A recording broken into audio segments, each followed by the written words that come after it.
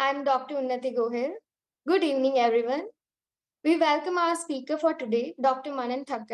He has pursued MD Psychiatry in India and he is a gold medalist in MD Psychiatry.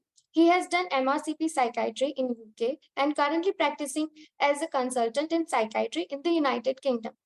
Who is also a Timex TEDx speaker, an orator, and stand-up comedian as well. Dr. Manan Thakkar, welcome to the webinar. Now welcoming Dr. Lakhan Gupta, National President of SNU India, and Dr. Amrita Shinde, National Secretary of SNU India. Welcoming all of you on today's webinar of Save the Future Saviors. Today is 10th September, World Suicide Prevention Day. We are here with our webinar theme, Save the Future Saviors. Here is our small approach to reach out to the medical students and hear their problems. Let them know that they are not alone and give them some idea about how to cope up with the stress they are facing on day-to-day basis. Now handing over to our event organizer, Dr. Dwisha Poptani. She will be taking forward the event. Thank you, Unnati. Good evening, everyone. Good evening, Dr. Manan. Hope you're doing well. I'm good, thank you. How are you? Thank you for having me. Thank you for joining. Okay, so let's start with the session right away. Yeah. So looking at the situation these days, there has been an increased number of suicides occurring within the students. In fact, in today's newspaper itself, there is a statement that average of 166 suicide deaths occur per year in Gujarat, where Gujarat is on the 4th position and Maharashtra being the first. This is an important concern which needs to bring attention to, because it is the youth of the country, the future of the country, that is at the verge of danger. The concern is the people who are saving the world, that is the doctors, they themselves are committing suicide. And if this continue to happen, I don't think it will be good to the whole world. So it's a very drastic situation that we are facing. And looking at the number of suicide deaths in the medical fraternity, there is one research which states that from 2010 to 2019, there were 125 medical students who committed suicide and 105 resident doctors who committed suicide. So what exactly is at the base of the thought process of the student who wants to end their life? And what are the reasons that force them to take such steps? Should I go mostly in English or should I do a bit of Hindi and English both? Just asking based on. Hindi English is fine. It's good. Right. So good evening, everyone, all based in India and some of us joining from the UK as well. Today is World Suicide Prevention Day, and for that we, I think, are talking more about the basis of suicide. I think it's really important, especially to discuss suicide in context of medical students. And I've worked as a doctor in India and in the UK both, and suicides amongst medical students and postgraduate students is something which is a burning issue either ways. So medical students as such and residents do face a lot of stress besides the usual stresses that 20-year-olds in their 20s and early 30s would face. So you've got your issues in your personal life, you've got issues in your studies, family issues, financial issues, and a lot of other things besides the fact that our profession, being doctors, is one that is not just a profession which is related to money, it's a profession which is really looked up. Because it's really looked up to, we do have very little room for mistake as well. And hence we get criticized for every time we act in a slightly vulnerable way. It is easy for media or people sitting on the other side of the table to criticize a resident who's not given you the politest of replies, but it's slightly more difficult to see that that resident hasn't had sleep for the last 48 hours, or the last time they ate was a day and a half ago, or the way their superior or their supervisor is talking to them, and the amount of stress that they're under, besides all the things that might be going on at home, also at their workplace. And hence it's a combination of all those things that usually go on when people have ideas of ending their life and not carrying on. We all have a very, very, very strong survival instinct. And it, contrary to popular belief, it takes a lot of courage to gather the strength to end your life. And if it is pointed in that direction, if someone actually has gathered the strength to end their life, imagine the amount of suffering that they might be under to curb and kill that survival instinct. So putting yourself in those shoes for even 30 seconds is a very scary place to be. And hence that should probably be where we start, as to putting ourselves in those shoes, deriving some empathy from it, and then sort of thinking as to why do people get into those positions, I suppose.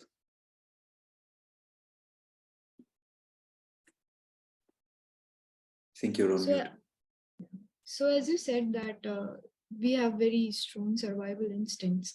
So what exactly happens at the neurological level when one encounters crisis or difficulties? What exactly happens at that particular neuronal level in the brain, and how can we cope up with it? So there is a professor called Dr. David Jobs in the US who has done a lot of work on suicidality. And there are two main types of suicidality. There's deliberate self-harm and there's active suicidal ideas. A lot of times people cut themselves or take overdoses with the idea of probably not to end their life, but it is their escape. It is their coping mechanism to stressful situations. And it is more aimed at help-seeking behavior rather than the idea of ending their life. Whereas the other type of suicide is, and this in scientific or psychological terms is also known as parasuicide or deliberate self-harm, where the intent is not to kill yourself. It is to help seek, it is to vent out, it is to have a little bit of, time out, essentially. Whereas an active suicidal idea with intent to kill oneself, usually from the research, lasts for about 1.5 to 2 hours at a stretch. You can't feel actively suicidal constantly throughout the day, 24 hours, and have those ideas and keep plunging on it, because it requires this momentum to build up. It requires an adrenaline rush, and your adrenaline rush can last for 1.5 hours, 2 hours at max. So what goes on at the neurological level is there's a small part of your brain called the amygdala, which I'm sure even first-year medical students, when you study basic neuroanatomy, we know that. But your amygdala is essentially responsible for your anger and fear centers in the brain. That's the part of your brain which evolutionary, when our ancestors used to be living in the forests and people used to be, and animals used to be chasing those ancestors, you feel that feeling of, oh, my life is under threat. That catastrophization where all the resources in your body are pumped towards the leg muscles, which help you run off. So that feeling of impending doom, that feeling of, oh, there's a crisis and something needs to happen, your heart rate going up, that adrenaline rush that happens where your heart rate goes up, you start sweating, you start pumping blood into your muscles rather than your digestive organs and stuff like that.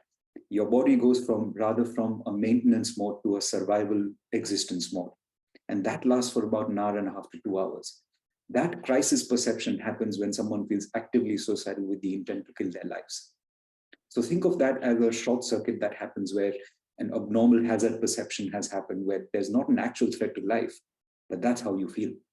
And imagine being in that agony for 1.5 or 2 hours at a stretch, again and again, day on day, week on week, month on month, when you're recovering from a trauma.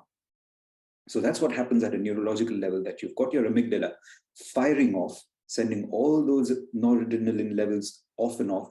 Your sympathetic nervous system has gotten activated, and this all on the backdrop of your serotonin levels and norepinephrine levels still being on the lower side. Not every person who's actively suicidal is depressed, but the most common comorbidity for someone who's actively suicidal is depression, or at least recovering or going through some form of recent trauma. So this is what happens at your neurological level, where you've got abnormal threat perception, essentially, where you can't see life beyond the crisis that you're under.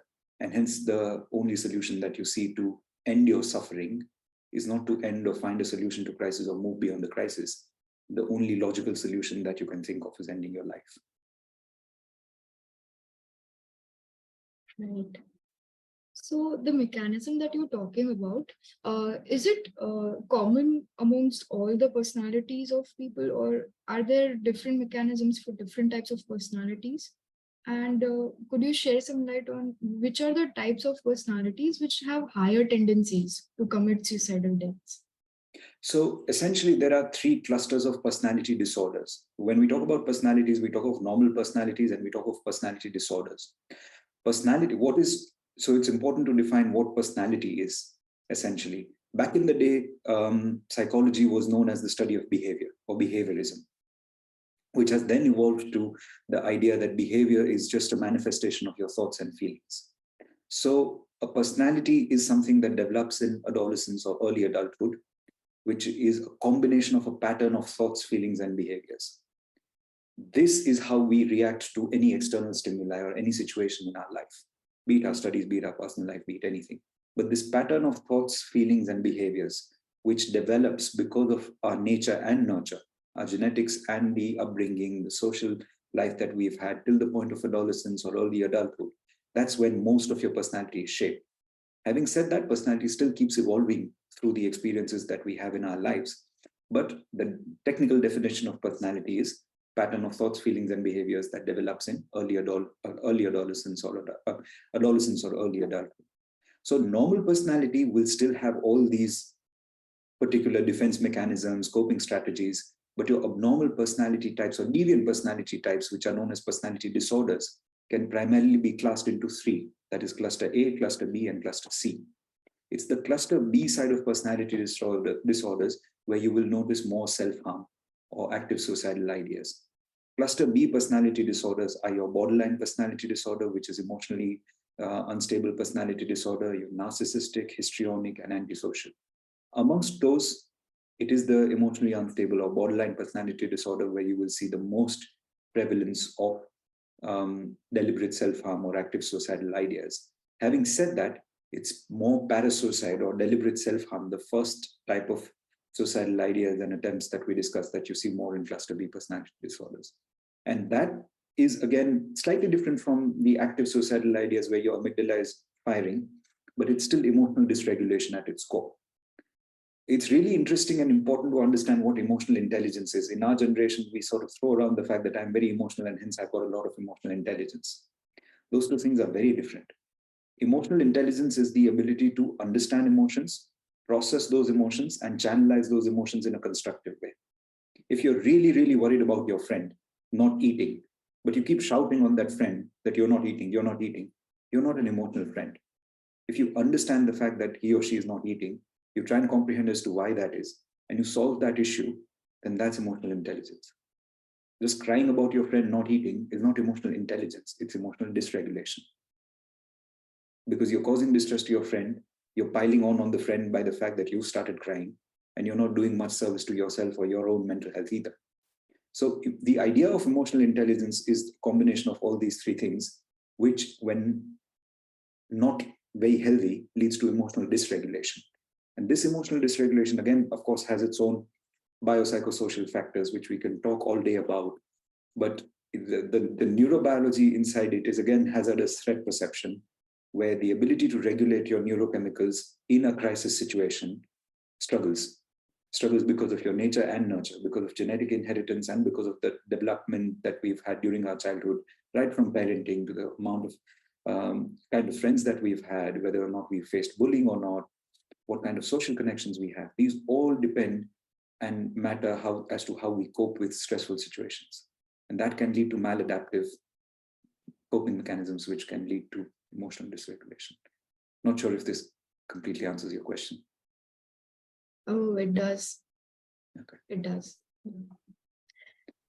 So, in medical fraternity, it's very common that people usually, are rankers in school time, 11, 12 standard. And when in first year, they fail their internals or their final exams, they get so depressed at the level that they really want to attempt suicide.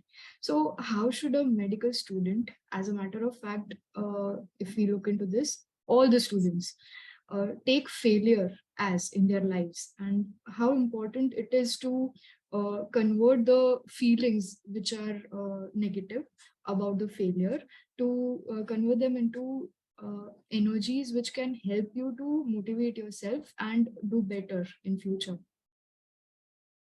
I think digestion of failure is something that we all struggle with. It doesn't feel good in our heart to fail.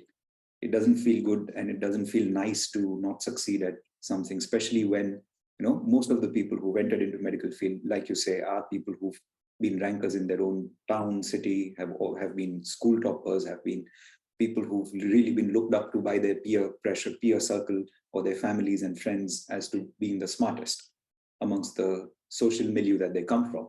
But then they come into, it's like going into the Olympics after being national champions. And hence there's always, you're not always going to be first. You're not always going to be in the top 3 even, because the league has completely changed.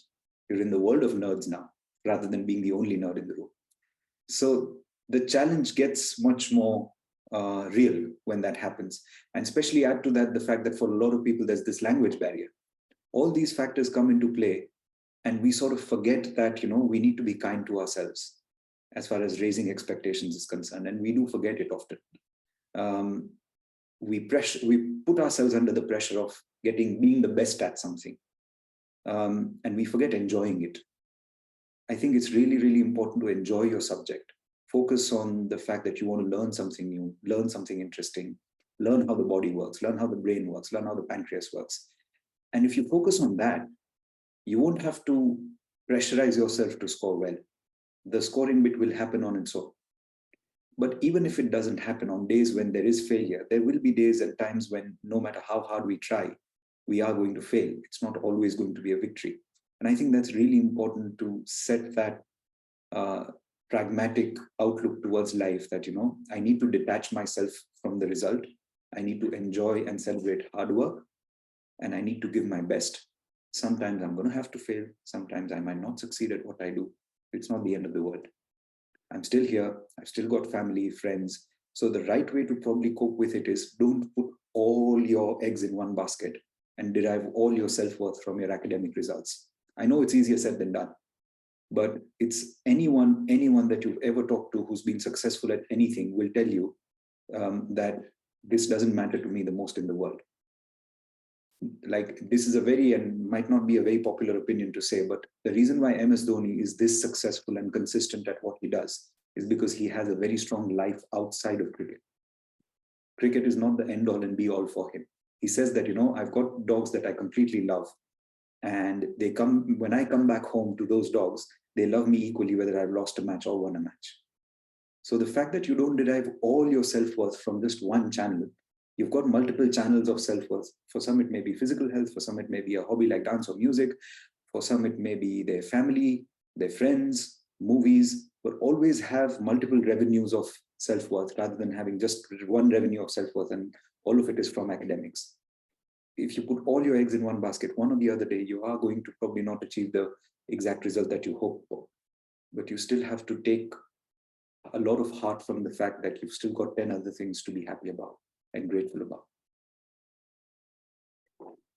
Right. Yeah. So when a victim is suffering from these kind of thoughts to end the life, how can one himself manage himself in 2 different categories? One is to prevent from getting overwhelmed at the last moment, from getting anxious at the last moment. And the second category, what steps should be taken if one is feeling anxious and overwhelmed at that particular point of time? Right. So one of these things we're talking about prevention, and the other one we're talking about cure or treatment, by and large. So prevention, we'll start off with prevention, and prevention is primarily your basic housekeeping skills.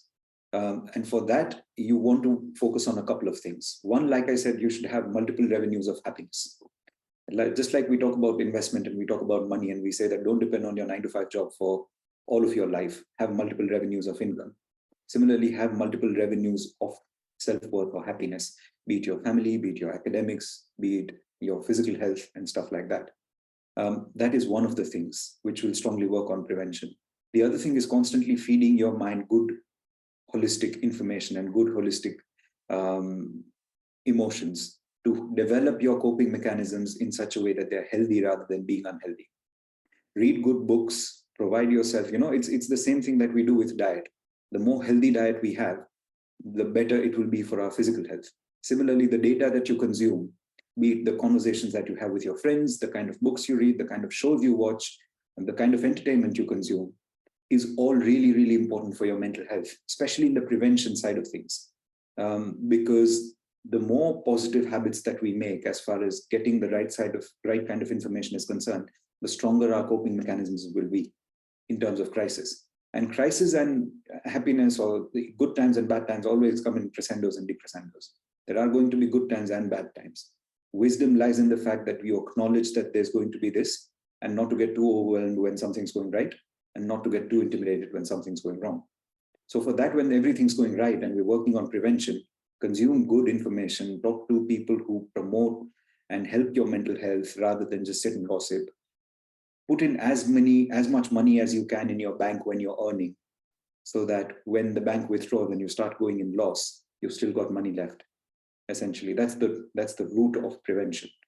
Then when the money is starting to, you're running in loss, which is when you need treatment or cure, you start off in a situation where you're going through crisis, feeling anxious, feeling overwhelmed, by again going through primarily the same things. Be in touch with people that you trust and care, who you know that are looking out for you, who are not judgmental about you, who have your best interests at heart, and your heart would know who these people are. At the same time, practice self-care, practice being kind to yourself. Some things which are very, very small, but a couple of points which I've seen massively help people is practicing mindfulness, which is being consciously aware of the way you feel. Because in times of crisis, when you feel anxious, when you feel overwhelmed, a lot of people tend to displace it on their patients or their relatives or their friends or their spouses or anyone who's willing to take it, not even acknowledging the fact that they're doing this. So in order to prevent that from happening, it's very important to practice mindfulness and being consciously aware of, look, I'm going through this right now. I'm probably not in the right headspace to, take up more work and establish a pathological relationship with my work. And hence practicing mindfulness, be it in the form of meditation or be it in the form of working out, be it in the form of going on a drive or a run every day, being consciously aware of the way you're feeling and what is making you feel a certain way, and analyzing those patterns and chains will help you understand the way your mind works and then find efficient ways around it. Second main thing, practice gratefulness. Be grateful for the things that you have in your life. Even if it is writing a small note to yourself every day on your phone or writing a journal, but just write 3 things that you're grateful for at any point, at least once a day. That will massively change your outlook on life. And these are 2 practical to-do things, which if you do it for 15 days, you'll start noticing your improvement in your mental health, even if you're going through a good time. That time will get better. And if you're going through a bad time, especially do that. Then comes the next level where you need professional help. If you've tried all of this and still you're going through a crisis, or if you're having active suicidal ideas with plans, take professional help. Go to a psychiatrist, go to a psychologist, take professional help, have therapy, have medications. There's nothing wrong in that.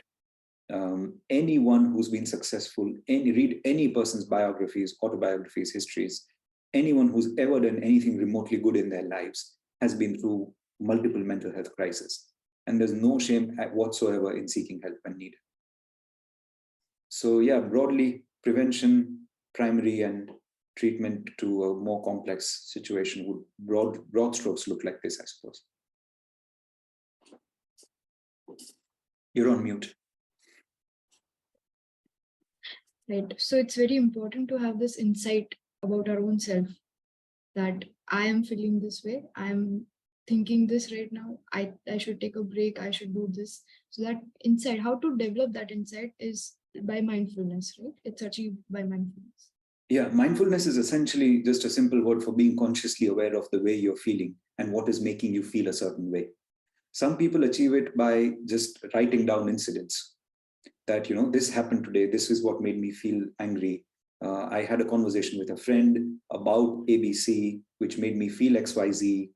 And because of that, I want to do MNO. So what happened? What's the incident? That's the chain is called ABC. So antecedents, behaviors, and consequences. What is the incident that happened? How did that make you feel? And what did you do because of that?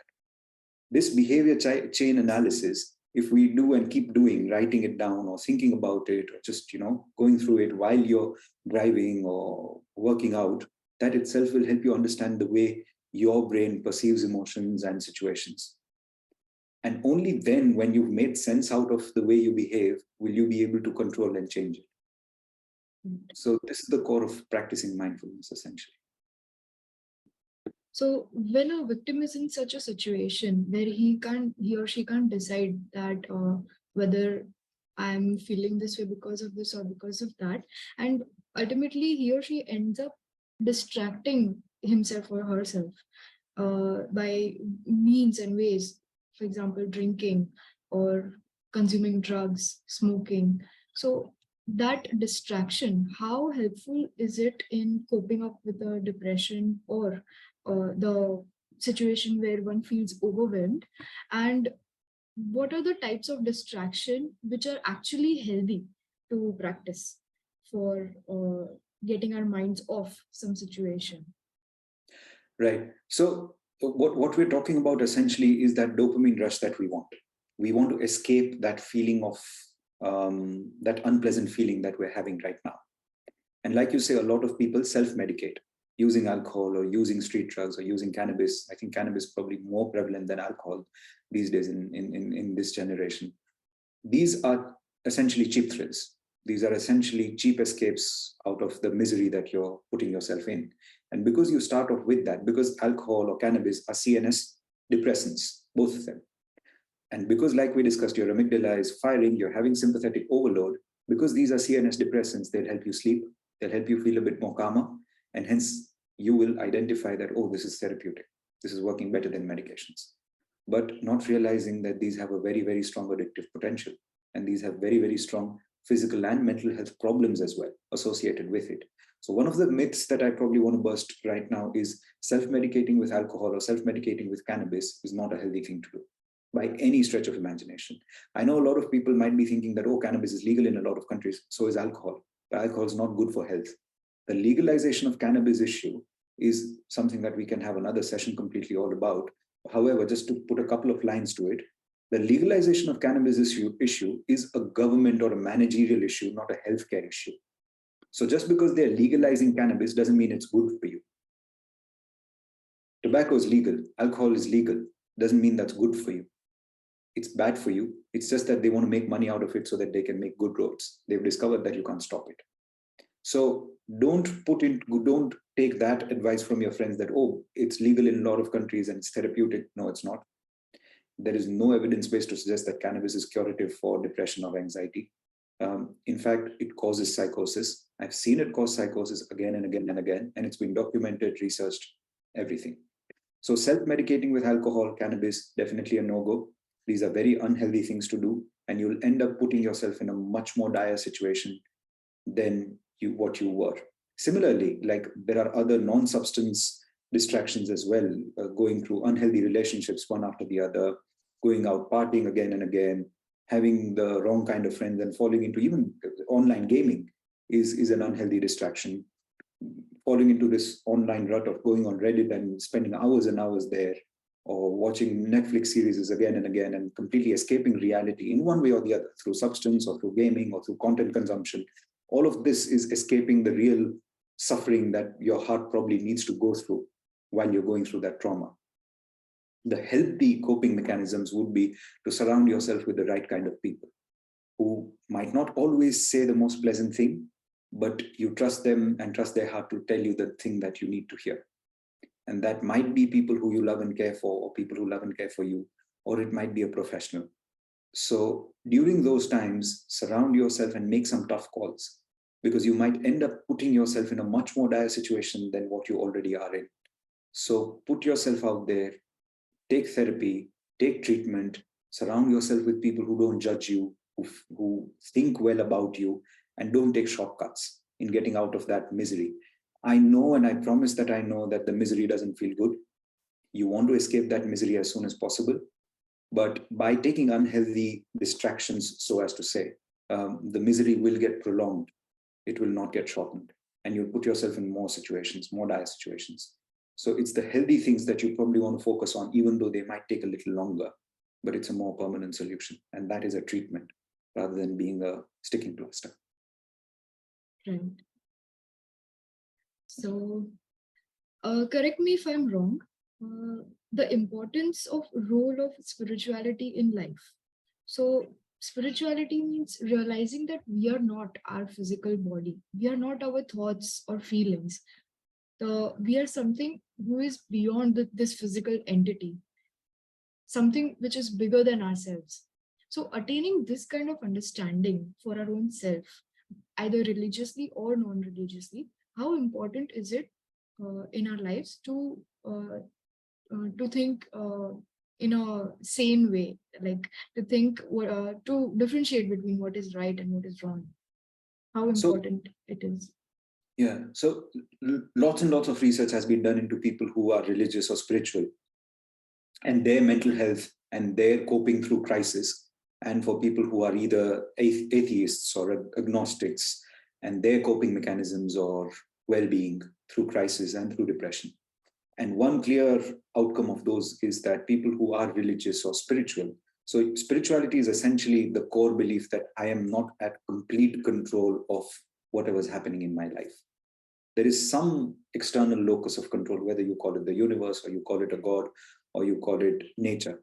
But so like you said, whether you derive your spirituality from religion or whether you derive your spirituality from stoicism or whether you derive your spirituality from a weird culture that no one's ever heard about, but essentially you're saying that I'm not the end all and be all of the universe.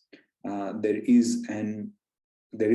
are other factors at play, and having that helps you detach yourself through every result that comes out in your life, which is a good thing, which is therapeutic. And that's what therapy does. And that's why a lot of psychology or self-help books are very, very close to spirituality and religious books, because at the end of the day, the moral of the story that they're teaching is that do your best, give your best, do right things, don't do unethical things, and expect for the best. However, disconnect yourself from the result, is what all religions at the end of the day are saying. So spirituality, be it derived from religion or from non-religion, is very, very healthy for your mental health. Whether that's true or not, I don't know. We're not experts to say whether we actually have a soul or not. So going away from the metaphysics of all of it, the idea that you believe in something, be it nature, be it a god, and then that be your guiding light or that be your moral or your superego, does help with mental health for sure. Whether God is true or not is a question for other people to answer, but believing in God or believing in spirituality does help mental health for sure. That's evidence-based. There's no doubt about it. Right. So with this, there also comes a thought in mind that I have to do this, I have to do that, I have to do this in this particular time, I have to complete this right here and right then. So this thought of being perfect in every situation, this is the main culprit behind this depression or obsessive compulsive disease that people are facing nowadays, and that is what leads to misery. That why can't I do this, why can't I do that, this is very difficult, this is getting very difficult for me, and I used to do this but now I'm not able to do this. So how to overcome this perfectionism for self? Okay, so putting what you're essentially saying is holding yourself up to an unrealistic standard is not healthy. Like you say, obsessive compulsive disorder is a completely different thing altogether. It would involve you constantly washing your hands, say, just for an example, constantly washing your hands or constantly checking your lock because you feel that your door is not locked or because your hands are not clean enough in the first go. The neurobiology of obsessive compulsive disorder is that there are feedback loops in your brain which tell you that checking the lock once is enough or washing your hands once is enough, but that misfires. Again, the amygdala gets involved and it misfires and tells you that no, it's not enough, I need to do it again and again, and hence you have a neutralizing mechanism to that pathological thought which makes you keep doing that. So that's, I think, the whole OCD side of things. But what you're talking about, I think, more is chasing perfection in an irrational way or an unrealistic way. So you put yourself up to a very, very high standard. And when we're not able to meet that standard, that leads to disappointment or grief or anger and frustration with ourselves. So the core of it, I think, is acknowledging the fact that we cannot be perfect at everything we do every day. Even Sachin Tendulkar has had ducks in his career. Dhoni hasn't won every tournament that he's been on. Virat Kohli had a really bad slump of form. And that's where sports, entertainment, These things are things to take derivation from or take inspiration from, that not everyone can be perfect every time. We need to be kind to ourselves. Sometimes it's okay to just exist. Some days, some months, even if you don't do anything massively ambitious or don't achieve something, but just you exist and have some fun or spend some time with your family, that's also all right. It's not a race. Everyone has their own journey. So it's important to be kind to yourself and enjoy the process. And you'll realize one thing, that whenever we are enjoying what we're doing, we don't need to raise ourselves to a perfect standard. The results follow themselves. When you chase perfection, that's when you end up not being perfect. But when you chase enjoyment, perfection comes by itself. So I think the change in mindset that we probably need to want to have is that I want to enjoy what I do. And if we're enjoying what we do, we don't need to take time out to work out or study if we're enjoying it. Once that happens, all the other things do fall into place. Right. Okay. So we've talked about how to cope up as a victim. Now let's talk about how to help victim, because when victim wants to seek help, the first person that pops up in his mind is a friend, a genuine friend. So as a friend, what can he do to help the victim? How can he counsel him? So this is something that, especially in the forum that we're in, because we're talking to medical students, this is something that would be very pertinent to you, even if you go in a field that is not mental health related. And hence, this is a very important question. The first thing that we want to do, like we say in the Hypocrite Source, is do no harm. And by judging that person or giving that person unwarranted advice, we are doing harm. It is very important to realize as to when does our friend or our colleague need help, and when does our friend or colleague just need someone to listen to. And more than 70-80% of the times, they just want someone to listen to. Catharsis, the scientific word for this is catharsis, that you speak your heart out. Catharsis itself has a lot of therapeutic value. Once you've talked it out to someone that you trust and care and love for, 50% of your load is lifted. So it's really important to start off as a friend or a colleague to understand that, do I need to give advice, or do I just need to hear him or her out to start off? And in most cases, when we see that it's easy to hear them out, hear her out, then take a call as to, is my advice actually going to be therapeutic, or do I need to let this person have their journey? By and large, our guiding principle, our guiding law should be, are the person's thoughts, feelings, and behaviors in the same line? Is the person talking about doing what they're thinking and feeling? By and large, if your thoughts, feelings, and behaviors are in the same line, that's the kind of direction that we want to point our friend towards when we are counseling them. Of course, if it's an unwise decision, it is an unwise decision. But we don't want to give unwarranted advice. But at the same time, just saying that don't feel depressed, don't take this seriously, is not going to cure anything. Hearing them out, empathizing with them, talking it out with them, putting the things in place that need to be put, getting professional help if needed, are the guiding principles that you want to talk to your friend about.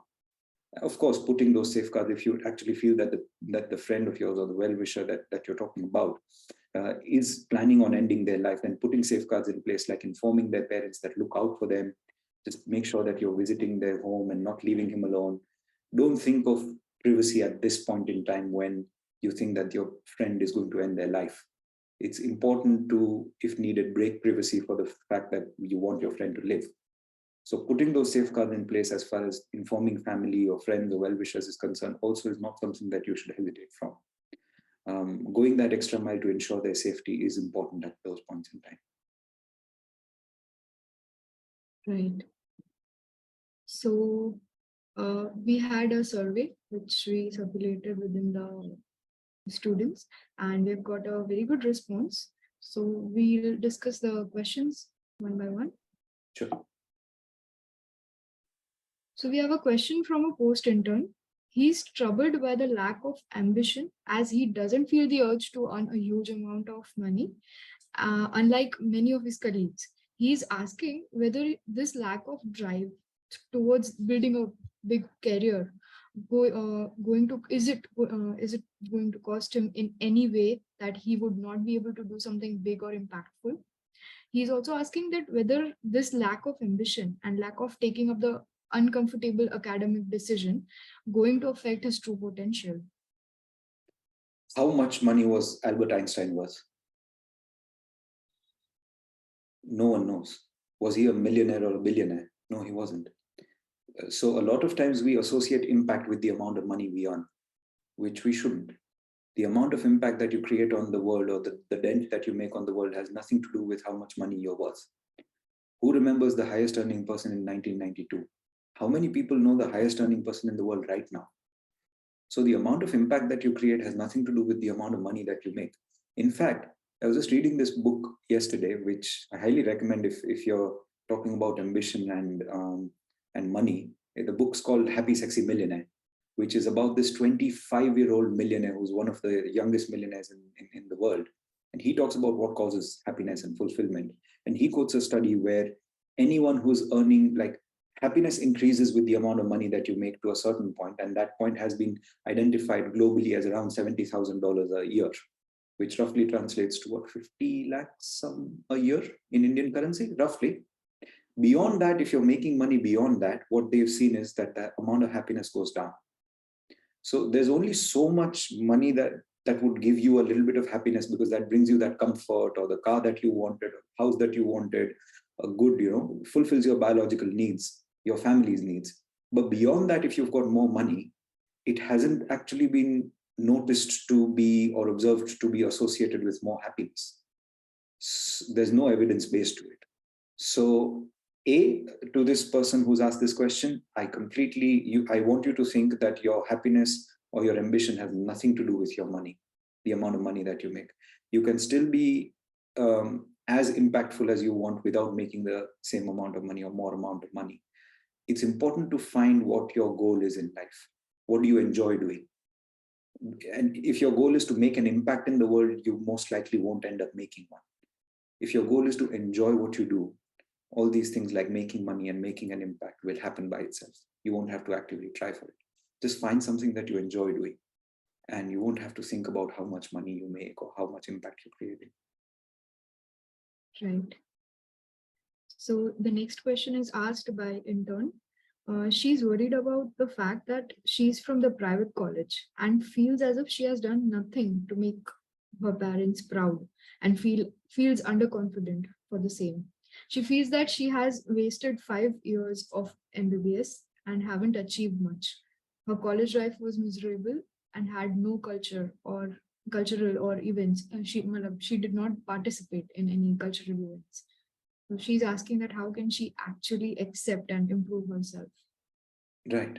So first thing, the goal of your life is not to make your parents proud. You were not put on this earth with the single point agenda that your goal in life is to make your parents proud. Your goal in the life is to have happiness, be a good person, and that will eventually lead to your parents being proud of you nevertheless. Even if your parents aren't proud of you, as a matter of fact, it's not the end of the world. There are a lot of people whose parents aren't proud of them. So change this mindset where we are putting this constant pressure on ourselves that my existence needs to be centered around the pride of my parents. That's not a happy place or a healthy place to be, is it? It's a constant seeking of validation, even if it is from parents. That's not how you want to exist. You want to carve your own path. You want to do what makes you happy. Because your parents would be good, they've put the right things into you, you won't do anything unethical. You're not going to end up killing people for your happiness, are you? So no matter what you do, if you're happy and if you're enjoying what you do and doing something nice, your parents will find pride in that. As far as not doing culturals, or those are regrets. What I hear from those things is regrets of not having made full use of those 5 years. So for that, the good news is that you're probably done with MBBS now. From what I've heard, that's 5 years that she's done her MBBS. So now you've got this opportunity, and the world is your oyster. Like, we live in an era where you can start doing whatever you want to do, whether be it dancing or singing or writing, and put it out there. There's this beautiful book by Austin Kleon called Show Your Work, which I highly recommend everyone reads, which is all about showing whatever raw work that you're doing, be it poetry, be it dancing, be it writing a shairi or whatever. Put your work out there. Don't be embarrassed of sharing your work with the world. What's the worst that could happen? So now's the time. If you want to do more culturals, if you want to find your purpose, you've got that time now where in the past 5 years, you've discovered what you don't want. You've identified that you don't want to be in this position where you're not doing a certain amount of things. Then rediscover yourself, talk to people, expose yourself to different situations, travel the world and identify as to what makes you happy and start doing it. And parents will get proud of you sooner rather than later. Right. The next, we have a post intern. He's facing consistent failures, which is making him question the decision for opting medical field. He's feeling very low, eats too much, sleeps a lot, and on waking up, wonders that what will happen, what is going to happen ahead in his life. He's asking if he's on the right path or is walking on a completely different route, which was never meant for him, and how to stay on track despite tons of failure. So there was this dialogue from this movie Deers in the Ghee, if you remember, that why do you always want to choose the more difficult path? Who says that the more difficult path is always the right path? Sometimes why don't you choose an easy path? So what you're describing, this person is going through a bit of an identity crisis where he doesn't know whether the choice that he or she has made is the right one. And at the same time, what you described about eating, sleeping also sounds a bit more like they might need some clinical professional help. I would advise this person to seek some professional help in the form of therapy or going to a psychiatrist to just identify as to if there is clinical depression or not. And if there is, then getting that treatment. In general, what does come out from this message is that there is some lack of clarity. And therapy will help you with that. Therapy will help you identify what's your purpose, what's your track that you want to be on. If you're constantly feeling distracted for years and years at a stretch, then is that track the right track that you're on? And hence it's important to recalibrate and see. There was this speech that Steve Jobs gave in that convocation. I forgot, was it at Caltech University? And he said that if you wake up in front of if you wake up and stand in front of the mirror and for consecutively a lot of days back to back, you feel not happy to see yourself and you don't feel like going to work, ask yourself whether it's the right field of work that you're in, because life's too short to be doing something that you don't enjoy. So yeah, my concrete advice would be do try and consider therapy, seek some professional opinion, get some clarity on what makes you happy, discover it, and then probably see if why do you want to call it distraction in the first place? If it's something else that you're passionate about, why does it have to be wrong and right? Right. So I think he's facing some self-doubt here. Yeah. So what can one do when one faces self-doubt? Like, how can one just know that I have to do this, this is the right thing for me? How can one do that? You probably told that taking help is a better option here, professional help. Except that, what else can be done? So seeking clarity into why do I feel this way? Is it depression which is making me feel this way? Or is it a situation which is making me feel depressed? Because both of these can go either ways. You can be in a job that you are perfectly happy in and perfectly challenged in, but endogenous biological depression strikes you because of your thyroid levels. And it will color your perception, your mood, your hopelessness, your sleep, your appetite, which this person has talked about sleep and appetite very clearly. And hence, I advised them to seek professional opinion. But at the same time, having that clarity as to why do I feel a certain way. So you go into the history-taking side of things. As far as psychiatry is concerned, my only diagnostic tool that I have, which is the beauty of my branch, is that every person's depression is different. Depression is different for different people. And hence the only diagnostic tool that I have is the history. So what I would want to do in cases like these is take a comprehensive structured history, right from origin, duration, progress, where it all started, how did that happen, what changed, if it's going on since the last 4 months, what changed before 4 months, what was the scenario, and now what is it? And trying to dwell into how that happened will give you the answers that you need to find. So be it in a professional structured way or be it through a well-wishing friend or a colleague, this is what we want to find out. as to what's causing it, since when, and why. And when your W questions, how, when, why, where, are answered, you will be able to sort of identify a track to follow. Right. So the next question, first year student asks, feeling stressed out and low on confidence as he is unable to balance and cope up with the studies, feeling overburdened, and is seeking for help. Yeah. Again, I think there's lack of enjoyment, isn't there? The pattern that we identify is they're not enjoying studies, they're feeling burdened by it. And as cliche as it sounds, studies should be about learning something new. If you wake up every day and say that, I'm going to study cardiovascular system and study ECGs, how fascinating is it that you can function, you can study how the heart works just by putting some channels on your chest? Isn't it fascinating to see that, some rays will tell you how and what part of your heart does and does not work? And sitting with that, today I'm going to learn this, and today I'm going to learn how to read ECGs. It is the mindset that you want to have when you start learning, not that, what if they ask acute ST elevation and I'm not able to identify it on lead V5, V6, and I'll end up failing the exams. And hence I need to study this. These are two mindsets to study ECG. You tell me which one will be a better ECG reader, the one who is actually curious or the one who wants to do it to perform in an exam? Curious, of course. So sitting with that mindset where you want to study something, learn something new, will take the burden off by itself. Just focus on enjoying the process and the result will take care of itself. The next is asked by first year student. He's being troubled by senior-junior relationship, and he has encountered frequent introductory sessions with seniors, and he's feeling depressed by the same. He's asking whether this senior-junior relationship matters more than studies, and he's concerned if he should do something or just leave MBBS course. Definitely not leave MBBS course. This whole idea is, if it needs reporting, do report it. Don't shy away from the fact that if you need to raise concerns, raise alarms, because ragging or senior junior introduction thing, in this day and era, is not cool. It's not given. Bullying should be raised against. So if you do find any of these things happening to even your colleagues, not even to yourself, don't hesitate from raising it. Even in India, even in the remotest of medical colleges, you will have an anti-ragging committee for sure, because it's a legal requirement by the MCI or whatever it's called these days. You will have an anti-ragging committee. You will have a representative in your college who you can go to. They are by law required to maintain anonymity, so that will not cause any embarrassment to you. Raise concerns, raise a voice, don't tolerate bullying.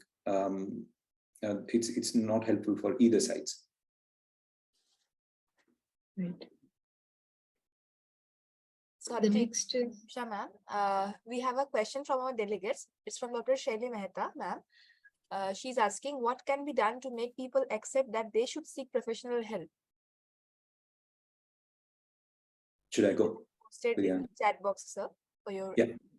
So I suppose channelizing the suffering, having that honest conversation that you are suffering from a long, long time and you've tried ABC. It's essentially staging an intervention.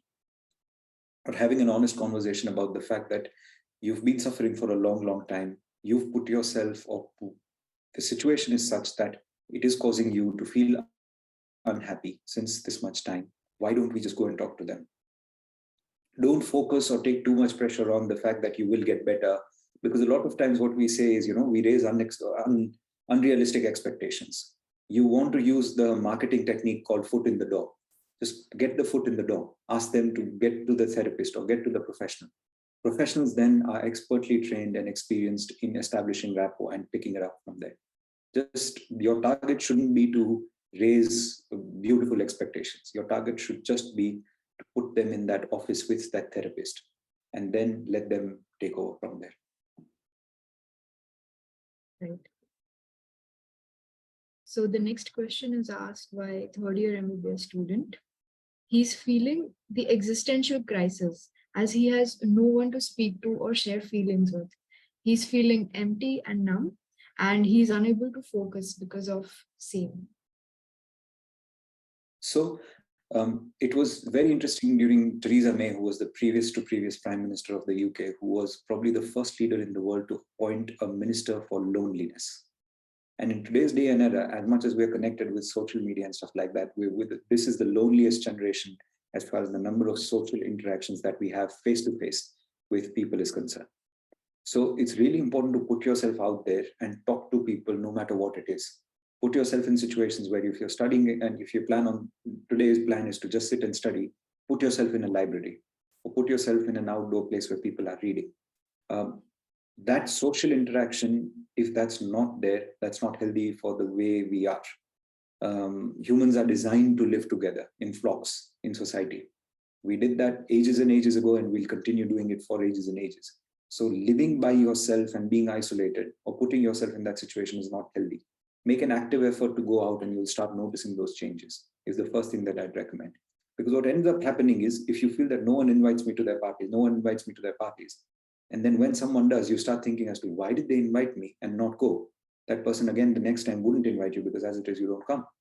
So these are called cognitive dissonances, which keep reiterating based on our behaviors. And we want to get rid of that cycle. We want to break those cycles. So if you feel lonely, put yourself out there consciously in situations where you might feel a bit uncomfortable or anxious to start off. But eventually you'll get around. So the next question is asked by a medical officer. He's worried that he's worried about the life. He overthinks a lot about NEET PG and the responsibilities that he has to take up in future. He just wants to shut himself up in a room and sleep all day and do nothing. He keeps thinking about every little untoward incident that happens in everyday life, and how can he become more confident and learn to enjoy life. So this probably, to start off, again, a couple of things make me worry, and hence I would advise to seek professional help if possible, to identify and rule out a couple of disorders that do come to my mind, but I don't want to give a diagnosis just based on 3 lines of questions that someone has said.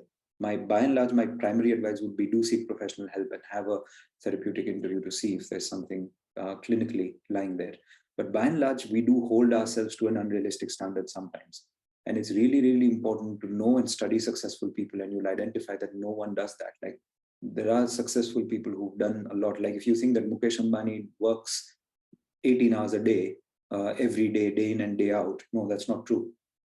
Everyone has their own, vices. Everyone has things that they enjoy. Everyone has guilty pleasures. Everyone's a human being at the end of the day, and not everyone is doing perfectly fine every living, breathing moment of their lives.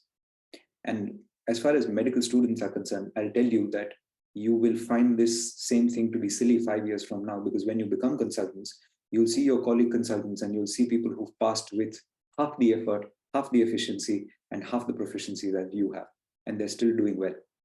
So, at the end of the day, we're all human beings. We all are allowed to make some mistakes in our life, and we're allowed to have bad days and good days. And it's all right. Don't put yourself or raise yourself to an unrealistic standard. Sometimes mistakes might happen. It's the nature of the beast. In an average Indian doctor's life, we end up seeing 1,50,000 to 2 lakh patients. And it's okay that, a couple of them might go wrong. It's all right. So even if something happens, at least you gave your best. It would happen to anyone else as well. And as long as you're giving your best and practicing ethically, that's all that matters. Right. After listening to this, one thing came up in my mind, that we even try to compare ourselves with other people a lot. And that is what brings us to more anxiety and to seek perfectionism for our own self. So, like, how to not compare in this competitive world? How can we stop that? How can one, even during the exams, like when someone raises hand to ask for the supplementary, everyone looks at him or her that, oh, आगे बदू लखे दे दो, इतना सारा लिख दिया, ऐसा तो क्या मतलब पढ़ के आया था. So that constant feeling of comparison takes place in the mind of each one of us, right? How to overcome that? Using the exact same example that you've quoted, you might have seen that the person who writes the most supplementaries hardly passes. And the topper usually has filled out only 1 or 2 supplementaries. So it's never about the quantity, it's always about the quality. We all want to be the best at what we do, but wanting to be the best at what we do is not going to make us the best at what we do. Enjoying the process is going to make us the best. So enjoying what you do, putting yourself out there, and then being very secure in the fact that there is room for multiple psychiatrists in the world. If I am a good psychiatrist, someone else is also allowed to be a good psychiatrist. It should come from a place of security and respect. You can't be the end all and be all for everyone in the world. Other people are also going to coexist. Other people are also going to work hard. Other people are also going to achieve, and good for them. So if you look at anyone who's done well in life, again, I'm going back to that same sentence again and again, they're very secure in themselves. You don't see an Amitabh Bachchan being insecure from a Shah Rukh Khan or from a Dharmendra. Initially, they used to be when they were young. But after they've achieved a certain level of success, you see them coming from a place of a lot of security and a lot of sportsmanship. And you will see people who will acknowledge and respect the hard work that other people do. Do that. Respect and acknowledge the hard work of your colleagues who are ambitious, aspirant. Send out positive energy, and you'll get positive energy in return. If you send out insecurity into the world, you'll get insecurity in return. But if you send out sportsmanship, if you keep a large heart, you acknowledge the fact that you've got a friend who's as ambitious or more ambitious and hardworking than you are. Pat his back or pat her back and say, I respect you for the amount of hard work and hustle you do. And have a sportsman spirit about it. If someone's working hard, they deserve success as much as you do. Life is only fair, isn't it? And keep that, take it in a healthy form of competition if that helps you. But if you find that competition doesn't help you, just come from that place of acknowledgement that there's space for multiple psychiatrists or surgeons or physicians in the world. You're not going to end up seeing all the patients in your city that you're in, no matter how big or how small the city is. You can't objectively say that Nadal is better than Federer or Federer is better than Nadal. There are going to be, if you try to live someone else's life, you'll end up not living yours either. Just try to live the best life that you can, be the best version of yourself, and that should take care of all the other nitty-gritties.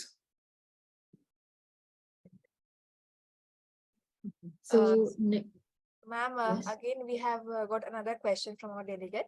It is from Dr. Kunj Patel. He is asking, if I have an exam in near future, how can I study without the stress of completing the subject? So, the first thing to acknowledge, be consciously aware about, is that stress is not helping you. There are 2 types of stress. If we go slightly deeper into the idea of stress, there's 2 types of stress. There is eustress and there's distress. When a dog runs after you, you run faster. That is eustress. But if you're trying to run so fast that you fall over and the dog ends up biting you, that is distress. So exam stress is good. Use it to your advantage. Use it to optimize your performance, and at the same time enjoy your subject rather than letting that stress get to you. So either you can be used by the stress and end up screwing your exams over, or you can use stress to your advantage and make sure that you're channelizing it in the right way. So at the core of it, again, will be enjoy your subject. If you enjoy your subject, if you enjoy learning, if you look at it like a game, if you look at it like an execution, it's called the game theory. If you look at life like a game, you'll end up performing better than when you take things too seriously. Because at the end of the day, even if you end up topping that exam, that is not the end of the world. People have topped their exams and still been where they are. And even if you end up failing that exam, it's still not the end of the world. So the conscious acknowledgement of the fact that it's still not the end of the world, I've got to enjoy the process. What if you die tomorrow before the exam? At least you've enjoyed the process today. Get as much happiness as you can today from the task that you're supposed to do. Give your best, and then disassociate from the result as much as you can. It's not practical to completely distance yourself from the result, but at least establishing practice is like, I'm not going to celebrate on the day I get my result. I'm going to celebrate on the day I give my exam, so that I'm celebrating the hard work that I've put in. Make conscious efforts to celebrate hard work rather than celebrate success. And you'll see that compound over weeks and months and years, that your happiness will be associated with the hard work that you put in and not with the success or failure that you get. Because in most cases, you would have seen that by the time you get your result, you're already facing a new challenge. The result that you were chasing for months and months or years and years, by the time that comes, you've got another challenge in front of you. So the right time to celebrate is to celebrate hard work and not celebrate success. Very well said. Thank you. So there's this last question. Intern student from private college says that she's scared about her future since her parents are lying to their relatives about her being in a private college. They have been telling their relatives that she's from a government medical college. Also, there are a lot of restrictions for the girls in the hostel, and she hasn't made any friends so far. And she feels depressed for all these things and falling into the trap of self doubt. So again, if needed, if you feel clinically depressed, recommend taking professional help. But I promise you one thing, when you start clinical practice, no one has written on their boards whether they've done something from a private or a government college. No one cares. No one cares which college you've done. I'm sorry to all the AIM students here. No one cares where you've done your PG from. At the end of the day, what matters is how good you are with your patients. Your skills also matter to a certain extent, but in today's day and age, your empathy, your communication skills, your marketing skills matter much, much more than your core efficiencies. So this is something called lateral thinking, and I highly recommend you practice lateral thinking, read books about it. The more successful you are in any sort of terms of success that you deem is not because of your core competencies. Yes, you need core competencies. You need to know your subject. If I want to be a good psychiatrist, I do need to know my subject. But at the same time, in today's day and age, I need to be good at communication skills. I need to know how to market myself. I need to know how to network and make sure that I'm bringing patients in. I need to be a good administrator to make sure that my hospital is running well and it's neat and tidy. My staff are leading well. I need to be a good teacher. So all these things matter much, much more than which college that you've done your undergrad, postgrad from. Trust your parents to handle your relatives. That's all right. Let them, do whatever they need to do to make sure. Don't take that moral or obligation under your head. As far as making friends are concerned, put yourself out there. Like I said, put yourself in social situations and you'll find people are as awkward as you are, probably more awkward than you are. There's always this thing that when you face a bear, the reason why the bear chases you and tries to kill you is because it's more scared of you than you are of him. So if you go and put yourself out in social situations, you'll realize that people are as awkward or more awkward than what you are. But it's just about putting ourselves out there and probably being a bit more vulnerable. Do that and you'll identify that making friends is not that hard, in all honesty. But don't worry about labels like private or government medical college or, stuff like that. No one will care after 4 years where you've done your PG from. Right. Yeah. So there's one last thing that I wanted to ask. There's a lot of uncertainty going on right now in medical fraternity as per NEXT, next examination, which is coming up. Still, there are many questions which are left to answer. And there are many doubts in students' minds that what shall we do, how to read, from where to read, whether to opt for any classes which assists in the examination and what is best for them. So there is a very uncertain condition which every medical student right now is going through, right? So how can one, stabilize himself or herself in this situation, and how can they focus on exams which are college exams, basically the internals or the part ends, keeping their mind aside from this uncertainty that next is offering? So I'll tell you, I was the first NEET batch. The NEET PG was started during my batch. And the same way, there was a lot of uncertainty at that time. I was also the COVID batch. So we never knew when our PG exams are going to be. The only thing that you need to derive a bit of, please do know that we're all in the same boat. The education system is constantly evolving again and again. This batch, if you feel that, next is coming in and then this is the end all and be all, no, it's not. 2 years down the line, something else will come up and there'll be another uncertainty. But you'll see that people who have the temperament to survive uncertainty are the same people who did well before as well. So it's your temperament that matters, not the exam that you're supposed to give. Your basic core skill set will still remain the same. your basic education that you'll still be asked biochemistry. They're not going to ask you Sanskrit in the next exam, are they? They're not going to ask you Ayurveda questions. They're going to ask you about neurochemistry. So if your neurochemistry base is fine, if your knowledge is fine, if you've enjoyed studying, whether they ask you questions in the form of MCQs or essay type, your core is there. You've got that, dough. Then whether you need to make a pizza from it or make a rotlo from it, that's up to you. But focus on the core. And the next thing would be that focus on the immediate next mountain that you need to climb. Rather than being a second-year student, thinking about next is not having any value, is it? Focus on the next internal that you have. Focus on giving your very, very best to it and performing your very best for that exam. And then take up each mountain as you go there. You need to derive some heart from the fact that everyone's going through the same thing. So no one has an information advantage where someone is like, I know more things and you know less things. Everyone's going through practically the same thing. No one knows what's going to happen. Just derive some strength from the fact that you need to know that this is your core subject. You might be bowled a bouncer, you might be bowled a Yorker, or you might be bowled a white ball, but it is going to be within those 22 yards. And hence people who are successful don't look for even subconscious or unconscious excuses to run away from hard work. You work hard, you focus on your core subject, whether it's called next or NEET or whatever, it's still going to be the same subjects. Right. Yeah.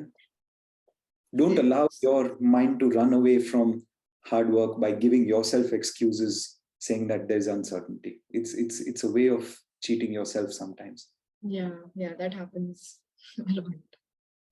Okay, so we are at the end of our session, done with the questions. And to summarize, what should be the ultimate thought when we encounter a difficult situation? It depends on what the situation is, whether it's a trauma that we can control or change. If it's something that we can't control or change, working on accepting it as soon as possible. If it's something that we can control or change, then working as hard as we can to change it and still trying to detach ourselves from the result and enjoying the process with style while we do that. Might as well do it with some swag. Right. And I think it's very important always to keep in mind that whatever situation might come in your life, it is going to pass. It is not going to stay for permanently in your life. So I think that thought helps a lot. Right? Yeah, absolutely. So thank you so much, Dr. Manan Thakur, for sharing such good and wise advices and giving us the insight.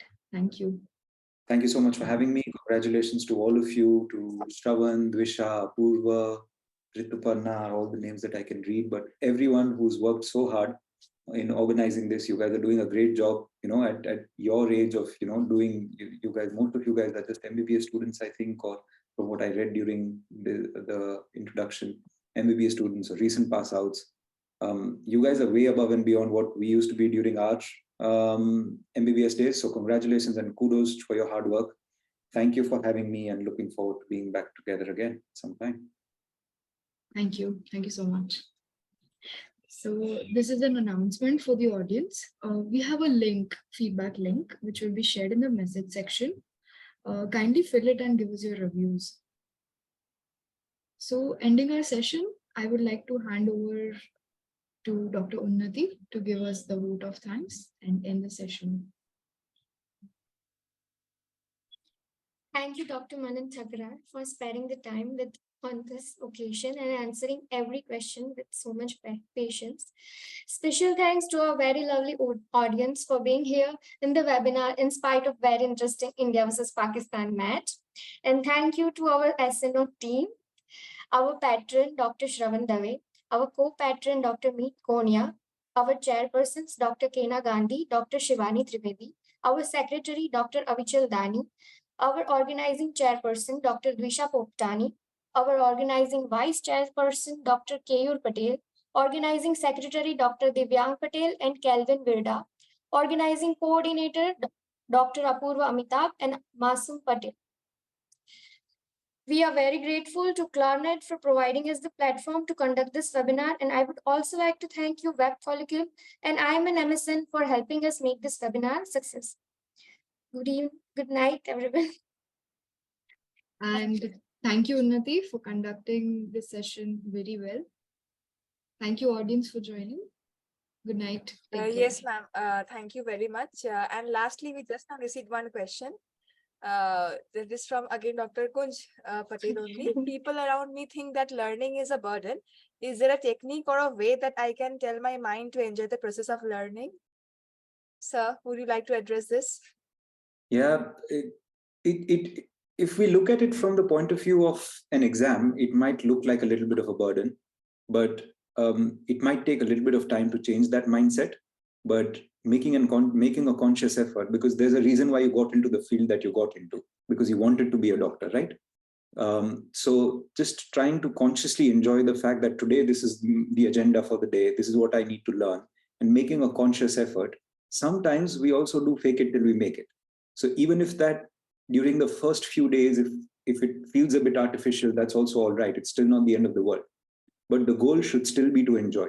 And if for a couple of days you don't enjoy, leave it. That's also fine. It's not the end of the world. If you could enjoy your studies for half an hour today, today's day is completely worth it if you didn't enjoy for even a minute yesterday. Trust me, that will compound and that will build in. But the goal should be to enjoy rather than complete the task. And that will then build up over days and days and weeks and weeks.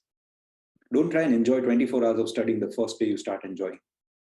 That's again, raising yourself to an unexpected standard.